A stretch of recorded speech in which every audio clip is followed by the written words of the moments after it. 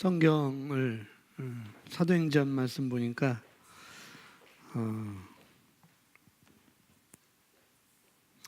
베드로가 말하기를 이렇게 시작합니다. 베드로가 말하기를 은과 금은 나에게 없으나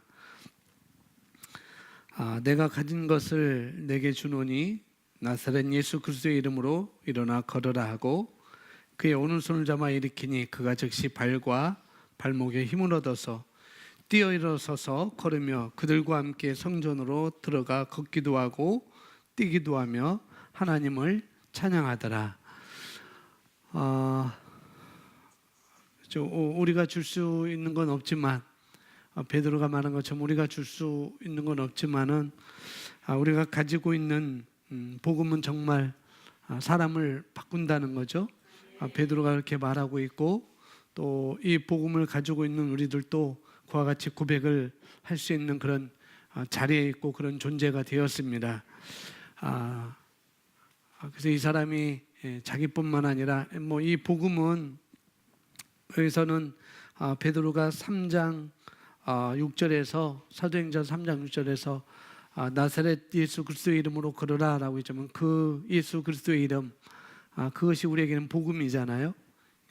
이 복음은 나 개인의 인생뿐만 아니라 또 내 주변에 있는 사람들을 충분히 바꿀 수 있는 그런 능력의 말씀인 것입니다.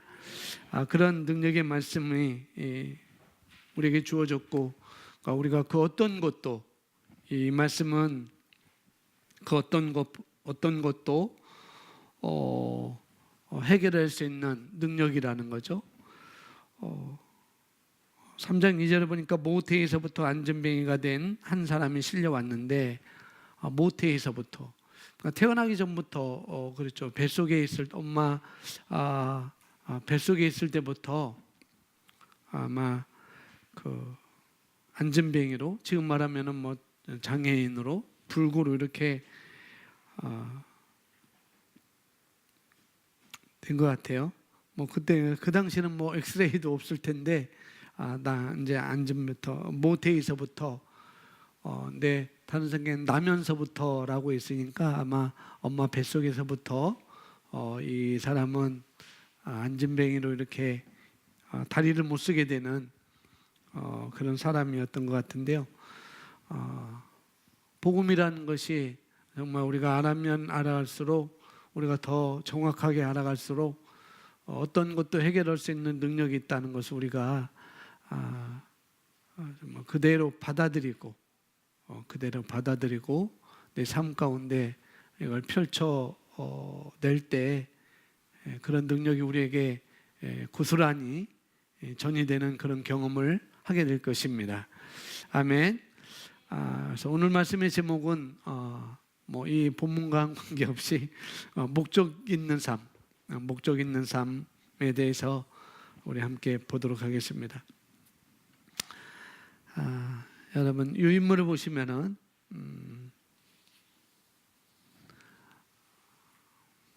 그리고 예배 마치면은 수요일날 못 올라온 우리 예배 이 장소에 못 온 우리 학생들도 있고 청년들도 있고 멀리서 보고 있는 일본에서 보고 있고 호주에서도 보고 있고 또 성남에서도 여러 이제 파주에서도 간혹 가다가 보고 있을 텐데 제 얼굴만 비치면은 재미없을 거 아니겠어요? 그러니까 설교 끝나고 여러분 이제 다 끝나고 기도할 때 저거 그냥 저 앞에 가서 그냥 빠이빠이 하셔도 좋을 것 같아요. 빠이빠이하고 그래서 여러분 얼굴도 그들이 볼 수 있도록 또 일본에 있는 주의자매도 여러분 얼굴 볼 수 있도록 또 장성훈 목사님, 김경화 사모님도 또 볼 수 있도록 이렇게 하시면 좋겠고 또 애기 이름을 잊어먹었네. 우리 희주 자매님도 이렇게 볼 수 있을 것이고 그다음에 윤희 자매님도 볼 수 있을 것이고 다 볼 수 있을 거예요. 그러니까 여러분 얼굴도 이렇게 비춰져서 기쁜 얼굴로 여러분 맞아주시면 좋겠습니다. 이 수요 예배뿐만 아니라 주일날도 끝나면은 저 카메라에 대고 예쁜 하트도 날려주시고 뽀뽀도 해주시고 그렇게 해주시면 좋겠습니다. 아멘. 자, 이제 짚어보겠습니다. 이 세상의 사람들이 살고 있는 삶보다 더 높은 차원의 삶이 있습니다. 아멘. 그렇게 믿으시기 바랍니다. 요한복음 10장 10절에서 주님은 말씀하셨습니다. 같이 고백합니다. 도둑이 오는 것은 도둑질하고 죽이고 멸망시키는 것뿐이요 내가 온 것은 양으로 생명을 얻게 하고 더 풍성히 얻게 하려는 것이라. 아멘. 예수님께서는 사명이 있어서 이 땅에 왔다고 말씀하고 있습니다. 주님은 사명을 이루시고자 오셨습니다. 그리스도 안에는 더 높은 차원의 삶이 있습니다. 예수님께서는 우리에게 생명을 주시려고 오셨습니다. 하나님께서 인간을 향한 계획이 정복하고 다스리는 것이었습니다. 정복하고 다스리는 삶을 예비하셨고 그것을 아담에게 주셨다는 거죠. 창세기부터 그렇게 시작하고 있습니다. 생육하고 번성하고 그 다음에 정복하고 다스리라. 이게 아담에게 주신 축복이었고요. 아담이 그렇게 살았습니다. 아담이 그렇게 살았고 또 그렇게 살다가 우리가 알다시피 선악을 알게 하는 나무 열매를 따먹음으로 말미암아 이제는 하나님의 그 말씀에 대해서 벗어나게 되고 범죄하게 되고 그런 범죄함으로 말미암아 죄가 들어와서 이제는 그 죄로 인하여서 환경이 갖다주는 그런 것에 지배를 당할 수밖에 없는 존재가 되었고 또 마귀에게 지배를 당할 수밖에 없는 그런 존재가 되었던 것이죠. 그런 상태로 이제는 지배를 당하는 지배자, 다스리는 그런 삶에서 이제는 다스림을 받는 그런 삶으로 전락하게 되었습니다.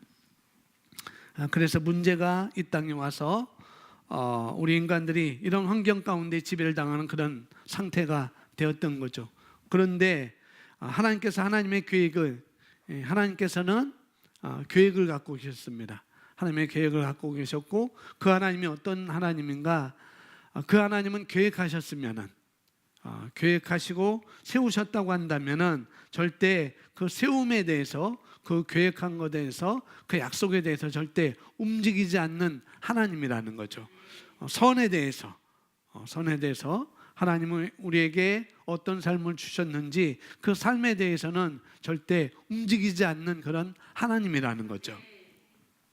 그래서 하나님은 원래 인간을 향한 계획, 정복하고 다스리는 것, 그것에 물러서지 않으시고 결국 예수님을 통해서 우리에게 다른 생명을 주도록 영생을 줌으로 말미암아 우리에게 다시 승리할 수 있는 삶으로 우리를 구비시키는 모든 조건을 만족시키는 조건을 예수님을 통해서 우리에게 주셨습니다. 아멘. 그래서 예수님에게 그런 걸 다 주셨다고 그랬는데 우리에게 다시 승리할 수 있는 삶으로 내가 다시 이제는 환경의 지배를 당하고 그 다음에 마귀에게 지배를 당하는 그런 삶으로 전락했던 우리 인간들에게 다시 승리할 수 있도록 다시 승리하는 삶을 살 수 있도록 우리를 구비시키고 모든 조건을 만족시키는 그런 조건, 그것은 예수님을 통해서 우리에게 주셨다는 거죠. 그래서 예수님에게 주셨는데 이제 우리 이 시대는 지금 우리는 이때는 그 예수님을 내가 받아들였다면 내가 그 예수님을 받아들였다면은 그러면은 예수님 안에서 우리가 하나님의 자녀가 된 것이고 우리가 하나님의 자녀가 되었다면은 우리가 거듭난 것이고 거듭났다고 하면 당연히 말씀하는 것처럼 하나님께서 계획하신 것에 물러서지 않은 것처럼 그 계획은 여전히 예수 그리스도 안에서 유효하니까 우리가 받아들였다면, 우리가 거듭났다면, 우리가 예수님을 영접했다면, 우리가 하나님의 자녀가 되었다면 우리는 당연히 정복하고 다스리는 삶을 살아야 된다는 거죠. 그래서 우리가 로마서 5장 17절 말씀을 우리가 잘 아는 것처럼 우리 같이 고백하겠습니다. 한 사람의 범죄로 말미암아 사망이 그 한 사람을 통하여 왕노릇하신즉 더 은혜와 의의 선물을 넘치게 받는 자들은 한 분 예수 그리스도를 통하여 아멘. 한 분 예수 그리스도를 통하여 생명 안에서 왕노릇 하리로다. 이것이 하나님의 계획이었습니다.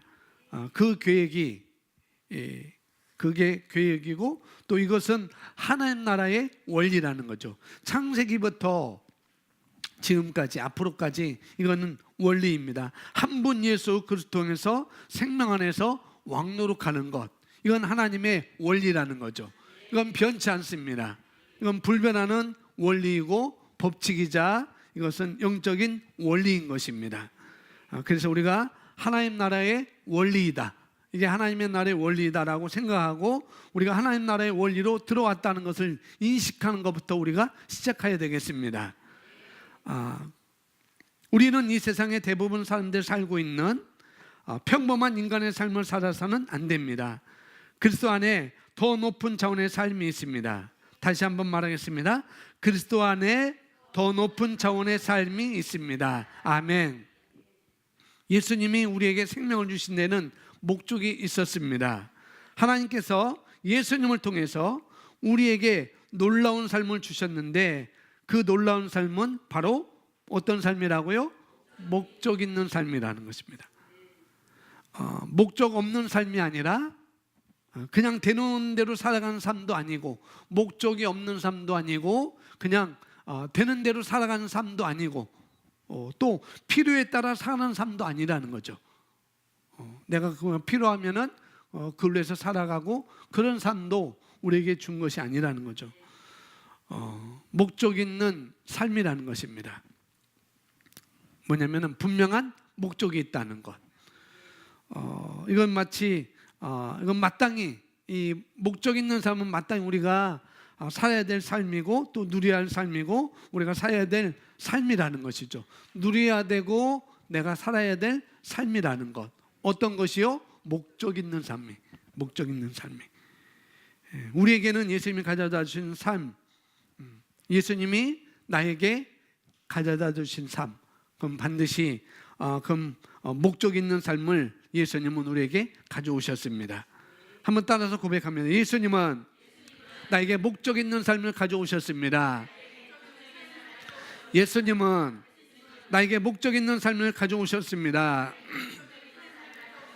예수님은 나에게 목적 있는 삶을 가져오셨습니다. 아멘.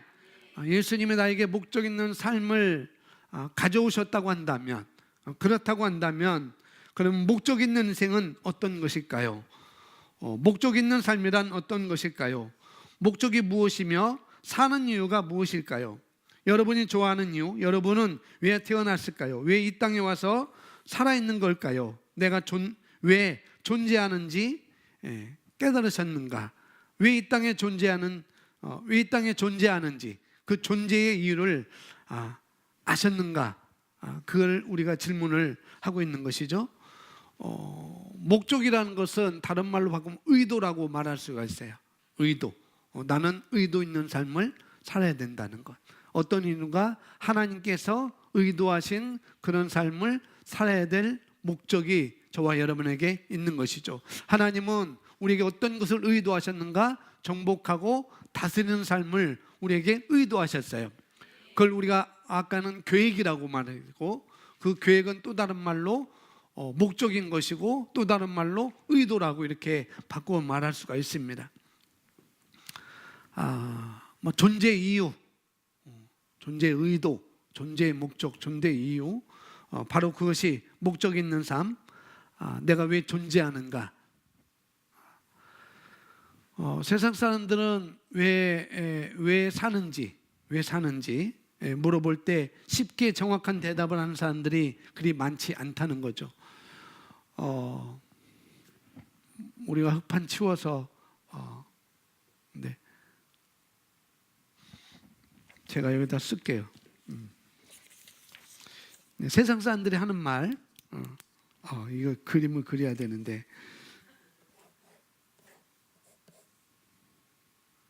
어떻게 그릴까요?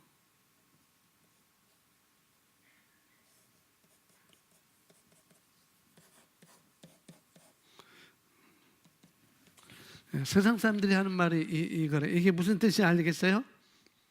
사자, 사하고 니꼬로 꽃게입니다. 꽃게. 그리고 사에 니꼬로에서 딸기하고 또 꽃게. 이게 무슨 뜻일까요? 사는 게, 사는 꽃게. 사는 게 아니다. 사는 게 아니다. 이게 퀴즈로 나왔더라고요. 그래서 저도 몰랐었는데 이게 뭐야? 사는 게다, 꽃게다. 이게 뭐냐 했는데 나중에 답을 보니까 사는 게 아니라고 이렇게 정답에 나왔는데, 세상 사람들이 왜 사냐고 물어본다고 한다면은 정확한 대답을 하지 못하는 거예요. 그냥 사는 게 아니에요. 사는 게 아닙니다라고 이렇게 대답하는 사람들이 많이 있었습니다. 그래서 그냥 사는 것이 아니니까, 어떤 목적 있는 삶이 그들에게는 없으니까 그냥 자포자기하는 상태로 살아가는 사람들이 대부분이라는 거죠. 그냥 오늘 그냥 자포자기로 그냥 살아가는 그런 사람들이 대부분이라는 거죠.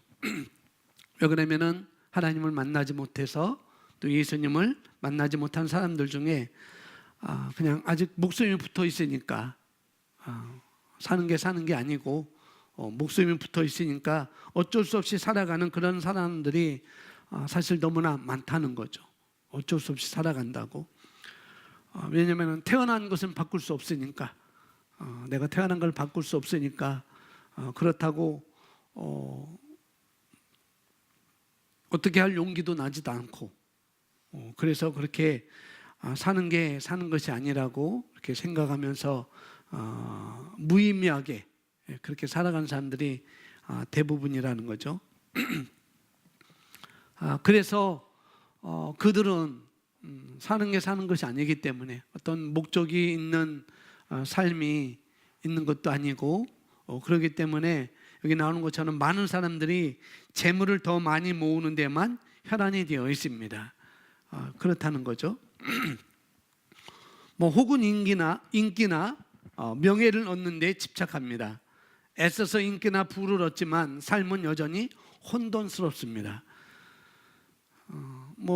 우리가 여기서 인기 얻으려는 것도 없을 것이고, 명예를 얻는 데도 집착하는 분들도 없을 것이고, 대부분 앞에 재물을 더 많이 모으는데 이런 것에 대부분 혈안이 되어 있을 것입니다. 그러나 애써서 인기나 부를 얻지만 삶은 여전히 혼란스럽고 어두운 뿐이라는 거죠. 어떤 사람은 명예를 얻으려고 우리와는 거리가 멀겠지만, 어떤 사람들은 교회 안에서도 명예를 얻으려고 그러고, 또 그 다음에 돈을 얻으려고 혈안이 돼서 그것을 향해서 달려가는 사람들의 삶을 우리가 볼 수가 있어요. 그런데 그렇게 달려간다 할지라도 자기 어떤 재물을 얻기 위해서, 어떤 명예를 얻기 위해서 달려간다 해서 그것을 가질 수 있는 보장도 없이 그들은 달려간다는 거죠. 그런 보장도 없이.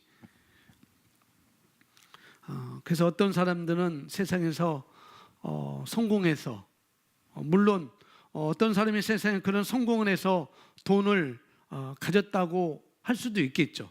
그렇게 해서 자수성가해서 어떤 돈을 가졌다고, 돈을 많이 축적했다고 이렇게 말할 수도 있겠는데, 그러나 그 돈을 위해서 여기서 말하는 것처럼 그 다음부터는 또 애써야 된다는 거죠. 그 이 돈을 어떻게 해야 될지 또 애써야 된다는 거죠. 가졌다 해서 그냥 되는 것도 아니고 또 애써야 된다는 거죠. 설마 여기 계신 분들이 목사님, 그래도 저는 그런 돈을 만지고 살고 싶어요 하는 분들은 또 없겠죠. 물론 우리가 그런 것들은 기대를 해도 되는데, 그런 기대 속에서도 우리가 분명한 목적 있는 삶이 있어야 된다는 거죠. 목사님, 지긋지긋한 이 인생, 그런 돈이라도 한번 쓰고 싶고, 그런 돈을 만지고 싶고 그런 돈이 있다고 내가 한번 말하고 싶고 그러고 싶습니다라고 우리가 말할 수도 있겠지만은, 그러나 그걸 우리가 얻었다 한들 그걸 어떻게 유지하는지, 또 어떻게 써야 되는지, 또 어떻게 유지를 해야 되는지 그것 때문에 애쓰고 그렇게 된다는 거죠. 그리고 결국에는 내가 이것을 내가 가지고 갈 수 없겠구나. 내가 가져갈 수 없어. 이건 이 땅에 다 놓고 가야 되는 거야 라고 이렇게 깨닫게 되는 것이죠. 그걸 알게 되죠. 그때부터는 정말 그런 거 깨달았다 할지라도 그 삶이 섬기는 삶, 나눠주는 삶, 그런 삶을 산다고 한다면은 그 사람은 행복하게 살 수가 있겠지만은, 이것도 아니고 저것도 아닌 그 사람은 아마 사람들이 자기에게 친절을 베풀 때, 사람들이 자기에게 어느 날 친절을 베풀 때 이 사람은 또 혼란스러울 것입니다. 왜냐하면은 이 사람이 돈을 노리고 나에게 이렇게 친절을 베푸는 것이 아닌가? 이 사람이 나에게 돈을 꿔달라고 이렇게 하기 위해서 이렇게 친절을 베푸는 것이 아닌가라고 그런 걱정을 하게 되는 것이죠. 안 꿔줄 수도 없고 꿔줄 수도 없고, 꿔주면 받을 그런 기약도 없고, 그러니까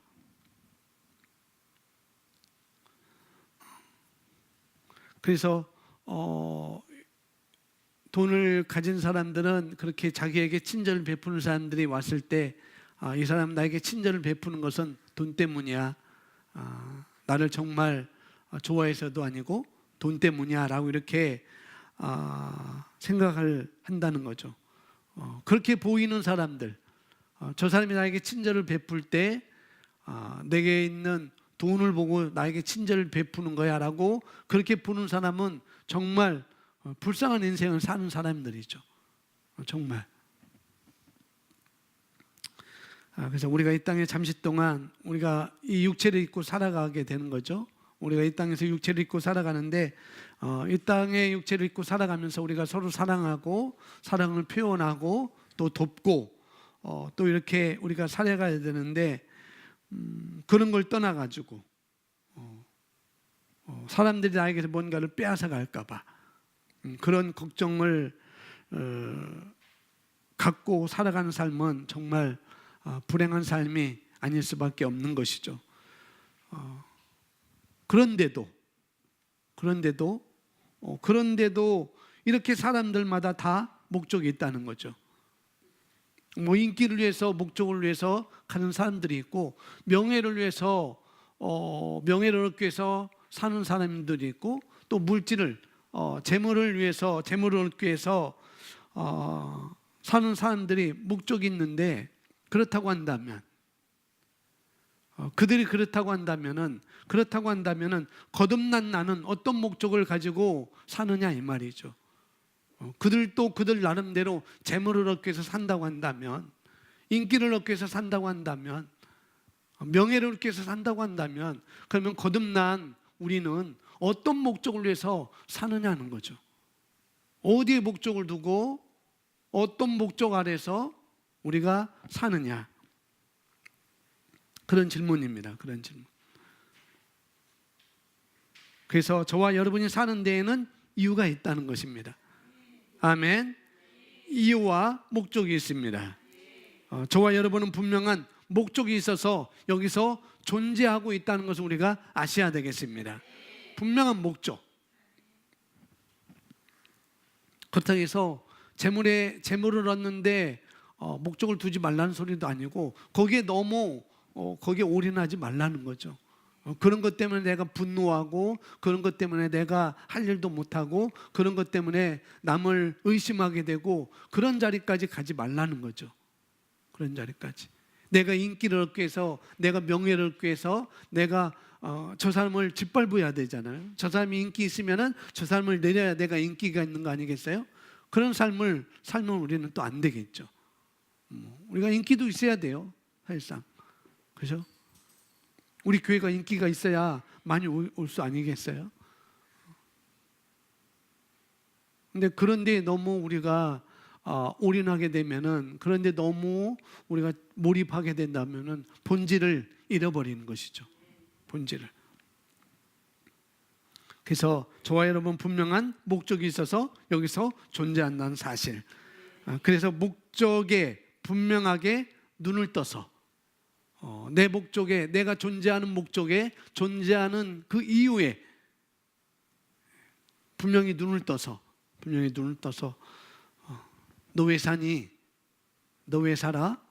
너 왜 살아라고 이렇게 물어볼 때 정확하게 말할 수 있는 목적이 있어야 된다는 거죠.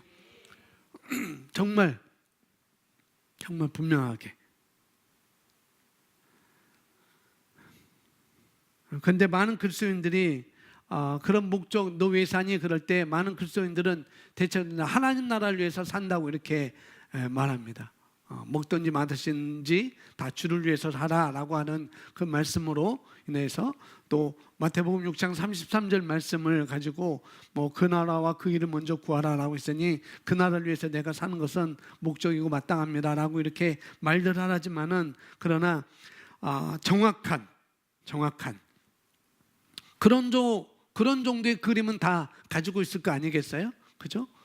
뭐 주님 나라를 위해서, 영혼 구원을 위해서 내가 이 땅에서 살고 있습니다라는 그런 그림은, 그런 정도는 누구나 다 가지고 있을 거라는 거죠. 거듭난 우리에게는 그런 걸 가지고 있을 텐데, 그런데 사실은 그런 어느 정도의 그림이 아니라, 그런 정도의 그림이 아니라 얼마나 정확한 목적을 가지고 있는지, 얼마나 정확한 목적을 가지고 있는지. 그래서 크리스 목사님은 매일 아침에 일어날 때 당신 자신에게 어떤 질문을 하나요? 라고 그 말씀을 하세요. 그래서 우리가 아침에 눈 뜰 때 나는 이것 때문에 오늘도 산다. 나는 이것 때문에 오늘도 살아. 이런 목적이 분명히 되어 있는지, 이런 목적이 분명히 되어 있는지, 그게 없다면 목적이 없는 삶이라고 크리스 목사님은 말씀하셨어요. 그게 없다면은 너 오늘 왜 사니? 너 왜 사니? 라고 할 때 분명한 나는 이것 때문에 오늘 살아요 라고 그렇게 말하지 못한다면은, 분명한 그런 목적이 제시되지 않는다면 그것은 목적 있는 삶이 아니다 라고 말했습니다. 물론 그것은 여러 가지가 될 수 있겠죠. 분명한 목적이 있어야 되는 거죠. 저와 함께 고백하겠습니다. 내 삶에는 더 많은 것이 있습니다. 내 삶에는 더 많은 것이 있다. 평범한 사람들보다 더 풍성해질 수 있습니다. 더 풍성해질 수 있다. 아멘. 저와 여러분의 인생에는 더 많은 것들이 있습니다. 더 많은 것이 있습니다. 예수님도 정확하게, 또 예수님도 정확하게 본인이 왜 이 땅에 오셨는지를 분명히 말씀해 주고 있어요. 자, 이어서 보시면 역사상 최초로 예수님만 이루신 업적이 무엇일까요? 예수님께서 이전에 없었던 일을 하신 것이 무엇일까요? 기적을 행하신 것 아니라는 거죠. 다른 선지자도 기적을 행했어요. 그죠? 예수님만 기적을 행한 게 아니고 다른 선지자들도 기적을 했어요. 여호수아도 기적을 행했잖아요. 태양을 머물게 하는 거. 기도원도 그렇고, 모세도 그렇고, 모세는 이루 말할 것도 없죠. 엘리야도 그렇고, 엘리사도 그렇고, 예수님만 그런 기적을 행하신 분인가? 아니라는 거죠. 구약의 선지자들도 기적을 많이 일으켰습니다. 예수님만 죽은 자를 살렸나요? 아니죠. 구약의 선지자들도, 엘리사도 그렇고 엘리야도 그렇고 그렇습니다. 엘리야도 죽은 자를 살렸어요. 엘리야도. 그것도 아니면 인류 역사상 처음 하신 일이 뭘까?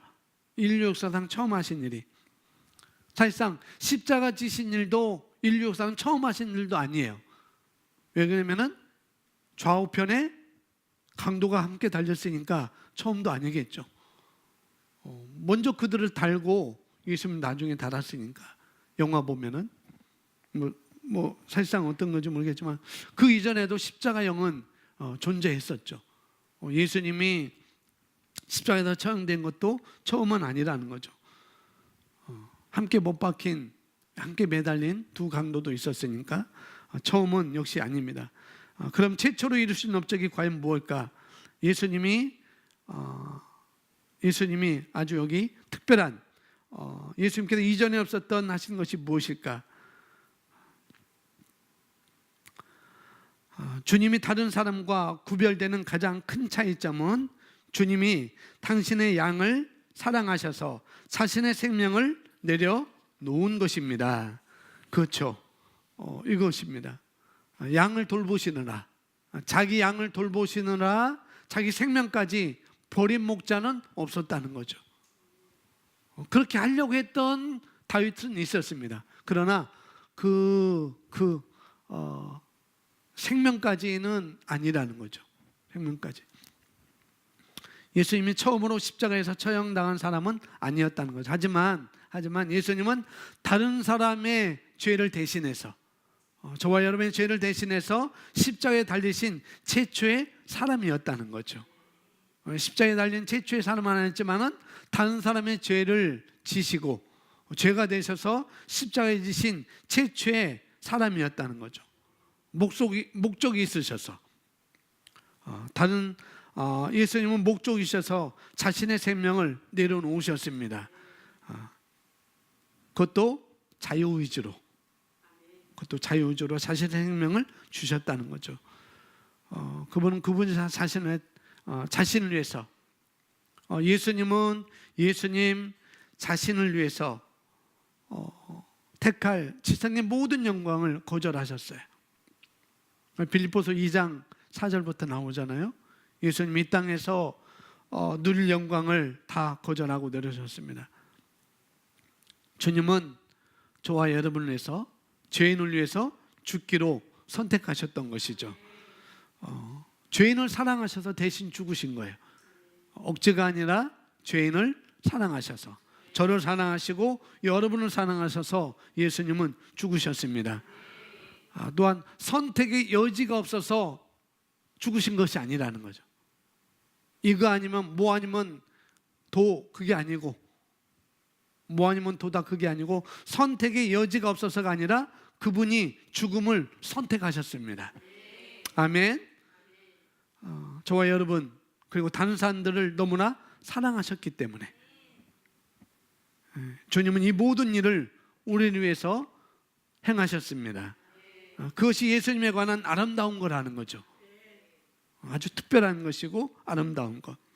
예수님께서 우리를 위해서 이 모든 일을 하셨습니다. 언제나 우리를 위해서 일하셨다는 것. 그래서 내가 온 것은 양으로 생명을 얻게 하고 더 풍성히 얻게 하려는 것이라, 이렇게 말씀하셨습니다. 자, 요한복음 18장을 함께 보겠습니다. 빌라도가 시작. 빌라도가 이르되 그러면 내가 왕이 아니냐? 예수께서 대답하시되 내 말과 같이 내가 왕이니라. 내가 이를 위하여 태어났으며 이를 위하여 세상에 왔나니 곧 진리에 대해 증언하려 함이로다. 무릇 진리에 속한 자는 내게 음성을 듣나니 하시는데, 내 말과 같이 내가 왕이니라. 내가 이를 위하여 태어났으며, 내가 이를 위해서 태어났다. 이를 위해서 세상에 왔다. 그게 뭐라고요? 곧 진리에 대해서 증언하려 함이다. 주님의 태어난 이유는 명확히 말씀하셨습니다. 진리에 대해서 직접 증언하기 위해서 오셨다는 거죠. 진리는 말합니다. 하나님의 세상을 이처럼 사랑하사 독생자를 주셨으니 이는 그를 믿는 자마다 멸망하지 않고 영생을 얻게 하려 하심이라. 그 예수님의 아름다우심은 어떤 것이냐? 그분 자신의 목적과 세상에 온 이유를 알고 있었기 때문에 아름다운 거라는 거예요. 이 땅에 왜 오셨는지, 그런 존재 이유, 목적, 그것이 알고 계셨기 때문에 아름다운 거라는 거죠. 진리에 대한 증언이 내 사명이다 라고 선포하셨어요. 빌라도에게, 많은 사람 앞에 진리에 대해서 내가 증언하러 왔다. 진리에 대해서 내가 선포하러 왔다. 그를 위해서 왔음을 분명히 예수님은 명시하셨습니다. 예수님은 자신의 사명을 명확히 알고 공포하셨어요. 이 땅에 태어나신 정확한 이유를 아셨습니다. 우리는 장난스럽게 왜 태어났니? 왜 태어났니? 생일 축하 노래 불러주기 위해서 그 노래를 듣기 위해서 태어난 게 아니라는 거죠. 그렇죠? 예전에 그랬죠. 왜 태어났니? 그 맞나요? 틀리네. 왜 태어났냐고. 왜 태어났냐고 이렇게 생일날 이렇게 많이 우스개로 이렇게 막 노래 불러주고 그러잖아요. 우리는 생일 축하받기 위해서 태어난 존재가 아닌 것입니다. 아멘. 우리는 왜 이 땅에 태어났는가? 이 땅에 태어난 분명히 어떤 목적 있는 삶에 있어서 태어난 사람들을 제가 예수님도 얘기했고 이제 모세, 아브라함, 그 다음에 세례요한, 그 다음에 사도 바울 이렇게 써놨습니다. 먼저 모세 보겠습니다. 모세는 인생의 목적이 분명했습니다. 하나님이 모세에게 말씀하셨고 그의 사명을 분명히 알게 하셨습니다. 출애굽기 초반에 하나님은 모세에게 말씀하셨습니다. 내가 너를 불렀노라. 내가 내 백성을 애굽에서 인도하여 내리다. 모세도 마찬가지로 이스라엘 사람들을 애굽에서 이집트에서 끄집어내기 위해서 하나님께서 보내신 자라는 거죠. 그래서 출애굽기 3장에 나오고 있습니다. 그때 그 시간에 모세가 그 땅에 그때 그 시간에 그 땅에 모세가 어떻게 해요? 하나님의 백성들을 이스라엘 백성들을 이집트에서 애굽에서 끄집어내기 위해서 그때에 그 시간에 모세가 그 땅에 그렇게 태어난 것은 바로 하나님의 목적이 있었던 거라는 거죠. 오늘 이 시대에 이때에 이 땅에 이곳에 우리가 태어난 것은 바로 하나님의 목적이 있었던 것입니다. 아멘. 그것을 모세는 하나님으로부터 들었어요. 하나님으로부터. 그리고 그걸 듣고 그대로 행한 것입니다. 그러니까 이스라엘 백성들을 꺼내기 위해서 이스라엘 백성들을 이집트에서 애굽에서 불러내기 위해서 출애굽시키기 위해서 내가 너를 불렀다 그렇게 말합니다. 그리고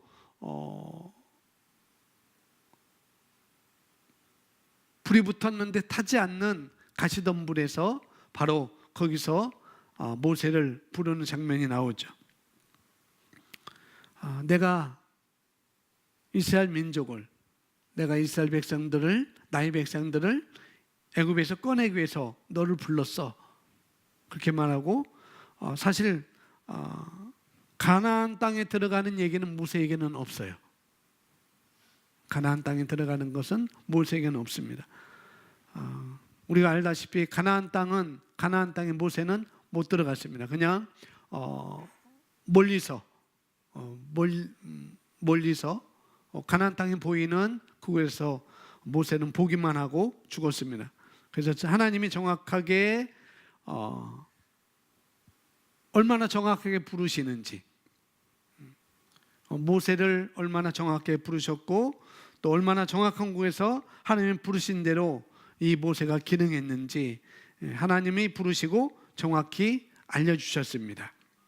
또한 아브라함 이야기도 마찬가지입니다. 아브라함도 인생의 목적을 명확히 알았습니다.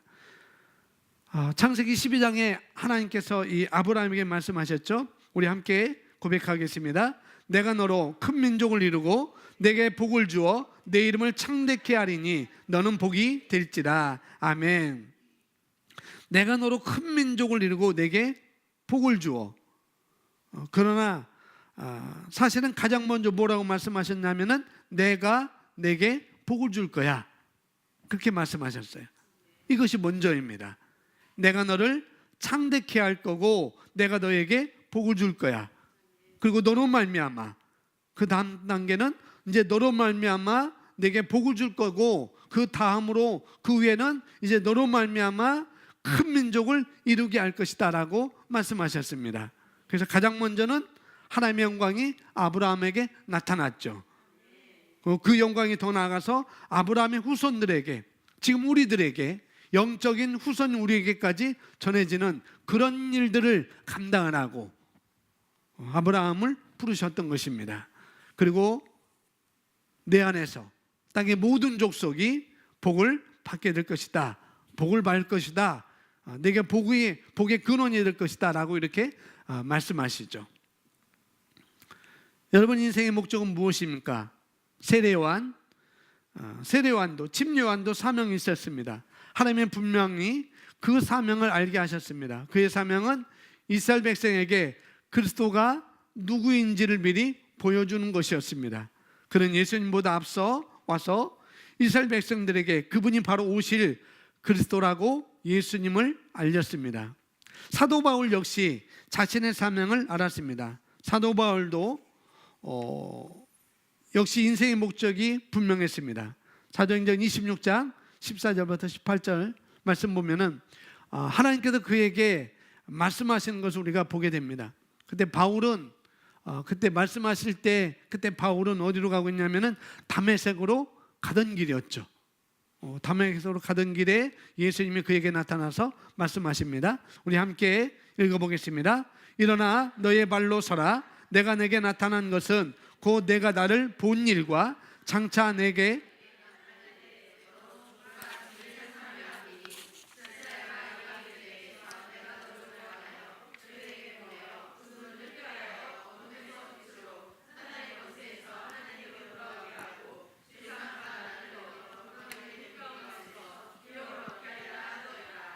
아멘.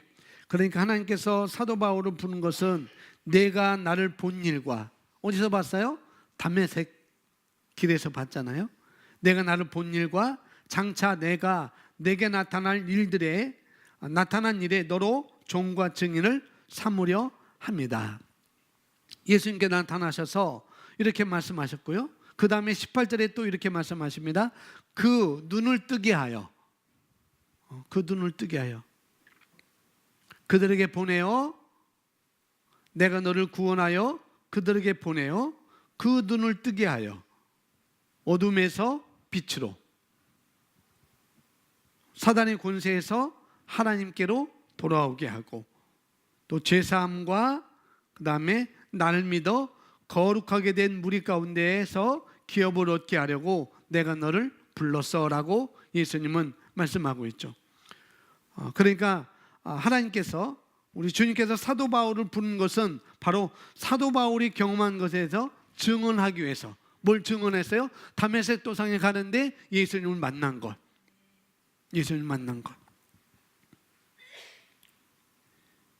이 경험한 것에 대한 증인이 되어서 자기가 경험한 것에 대한 증인이 되어서 어두움에 앉은 자들에게 눈을 뜨게 하고 그들을 어두움에서 빛으로, 흑암에서 광명으로 옮겨지게 하고, 또 그들을 빛의 나라로, 또 광명의 나라로, 또 그 사랑의 아들 나라로 옮겨져서 그들이 거룩하게 되어서 받은 유업들을 누리게 해주려고, 그 안내자 역할이 바로 사도 바울의 부르심이었다고 예수님은 사도행전 26장 16절 14절에서 우리에게 16절부터 18절에 우리에게 말씀하고 있습니다. 사도 바울의 부름, 너는 그런 안내자 역할이야, 그렇게 말하고 있는 거죠. 그리고 사도 바울은 자신의 왜 태어났는지, 내가 왜 이 땅에 오게 됐는지, 이 땅의 삶의 이유, 이 땅의 존재 이유를 아주 고린도전서 9장 16절에서 우리에게 고백을 하고 있습니다. 함께 같이 읽습니다. 내가 복음을 전할지라도 자랑할 것이 없으면 내가 부득불할 일입니다. 만일 복음을 전하지 아니하면 내가 화가 있을 것이로다. 아멘. 여러분은 왜 태어났습니까? 여러분의 인생의 목적은 무엇입니까? 목적 없이 사는 인생은 삶을 낭비하는 것입니다. 여러분의 인생의 목적은 분명합니다. 하나님이 우리 존재 이유를 분명히 말씀하지 않았다면 무엇을 기준으로 우리가 우리 인생의 목적을 달성했는지 검증하겠습니까? 여러분이 존재하는 이유를 반드시 알아야 합니다. 아직 어리더라도 반드시 존재의 이유를 알아야 합니다. 여러분 삶에는 이유가 있습니다. 아멘. 우리 각자 태어난, 저나 여러분이나 우리 각자 태어난 이유를 깨닫는 날이 언제가 될까? 물론 먼저 깨어난 분들도 깨달은 분도 있을 것이고 그럴 것입니다. 그것을 아는 날에, 그것을 아는 날, 내가 이 땅에 존재 이유가 무엇이고 어떤 목적 있는 삶인지 그건 아는 사람은 바로 아주 그리스 목사님 말로 따지면 신명이 날 거라는 거죠. 신명이 날 거라는. 당신들이 이거를 깨달았다면 여러분 삶에는 신명이 날 것입니다. 그렇게 말씀하셔요.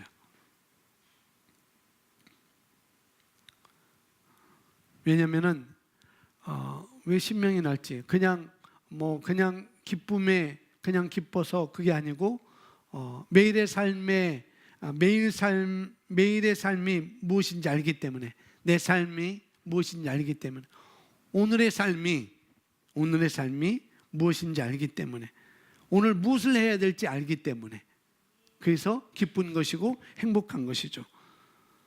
그것을 해야 하는지 왜 해야 되는지를 알기 때문에 그것을 무엇을 해야 될지 알 뿐만 아니라 왜 해야 되는지도 알기 때문에 그 삶은 행복할 수밖에 없는 거라는 거죠. 우리가 사업을 하지만 어떤 사업을 하는 사람들은 사업을 할 것이고 또 뭘 하든지 우리가 그럴 때 분노에 차 있는 사람들을 볼 수가 있습니다. 사업하는 사람 나름대로 분노에 차 있는 사람들 볼 것이고 또 직원으로서 일하는 사람들은 또 직원으로서 일하면서 분노에 차 있는 사람들을 우리가 눈여겨볼 수가 있습니다. 그런 사람들은 본인에게도 그렇고 또 고객에게도 늘 분노를 표출하죠. 왜요? 분노가 쌓여져 있으니까. 자신에게도 분노를 표출하고 또 고객에게도 분노를 표출합니다.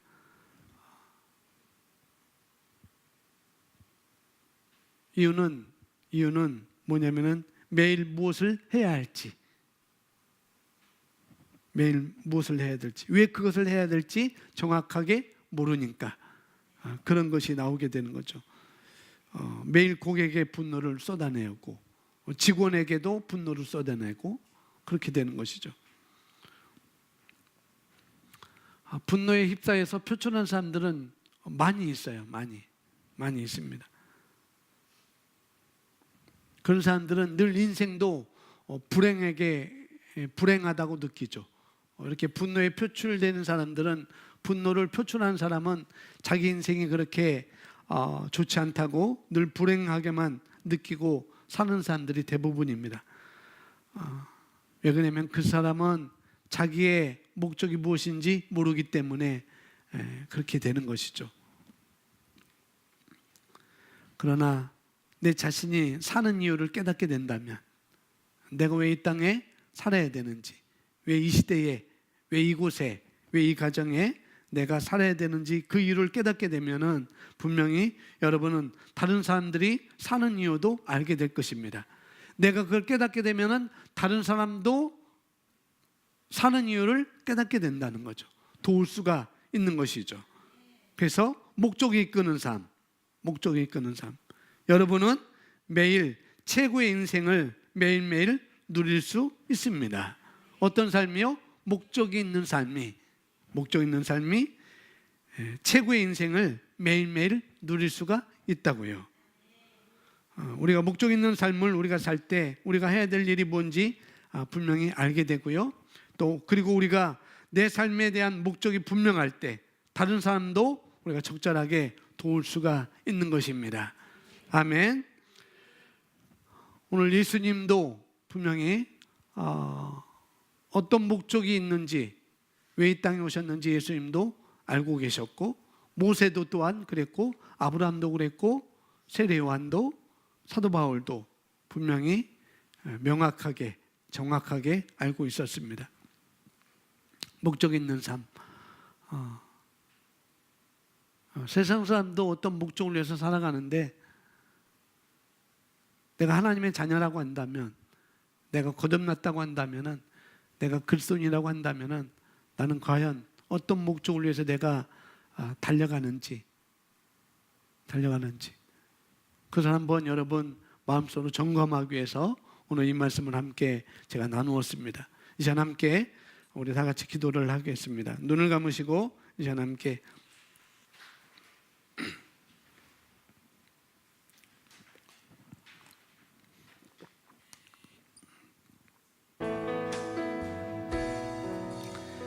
예수님은 사도 바울이 어떤 삶을 살지 예수님이 알려주셨습니다. 하지만 그 삶은 그 예수님을 만나고서야 알게 됐죠.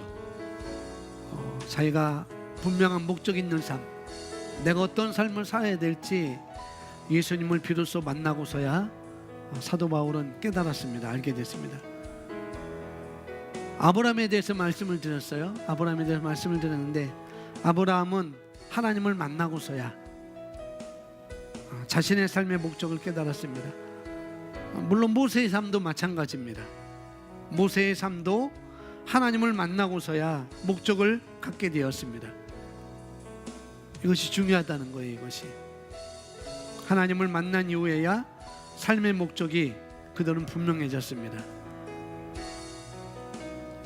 우리는 지금 이 시대에 이 땅에 이 시간에 있는 우리는 바로 말씀인 성경을 통해서 우리가 그리스도 안에서 누구인지, 무엇을 가지고 있는지, 무엇을 할 수 있는지 우리가 배우고 우리 안에 있는 최고의 잠재력, 또 우리 안에 주어진 것들을 말씀을 통해서 마치 여러분이 어떤 전자제품을 샀을 때 거기 전자제품의 최고의 잠재력이 그 안내 책자를 읽을 때 우리가 그 최고의 잠재력을 우리가 쓸 수 있는 것과 같이 그 전자제품의 안내 책자가 있음에도 불구하고 어떻게 쓸 줄 모른다고 한다면, 그것이 왜 존재하는지 모른다면 그것을 어디다 쓰겠어요? 아무리 좋은 제품이라 할지라도. 같은 원리로 하나님께서는 우리를 만드셨습니다. 그리고 우리에게 사용 설명서를 주셨어요. 그것이 바로 우리가 가지고 있는 이 복음인 것입니다. 그래서 우리의 삶을 어떻게 다루어야 할지, 어떻게 충만하게 살아야 할지를 우리가 깨달을 수가 있는 것이죠. 성경은 하나님께서 우리에게 주신 사용 설명서와 같은 것입니다. 마치 전자제품에 사용 설명서가 있는 것처럼 이 말씀은 우리에게 어떻게 살아야 될지, 우리에 있는 잠재력 어떻게 끌어낼지를 알려주는 사용 설명서입니다. 바로 저와 여러분을 위해서 있는 것이죠. 그러니 말씀을 열렬하게 공부하시기 바랍니다. 그러면 뛰어난 잠재력이 드러난 삶을 사는 여러분 자신의 놀라울 것입니다. 할렐루야. 이제 우리 함께 다 같이 영으로 다 같이 잠시 한 3분 동안 우리 영으로 다 같이 기도하겠습니다.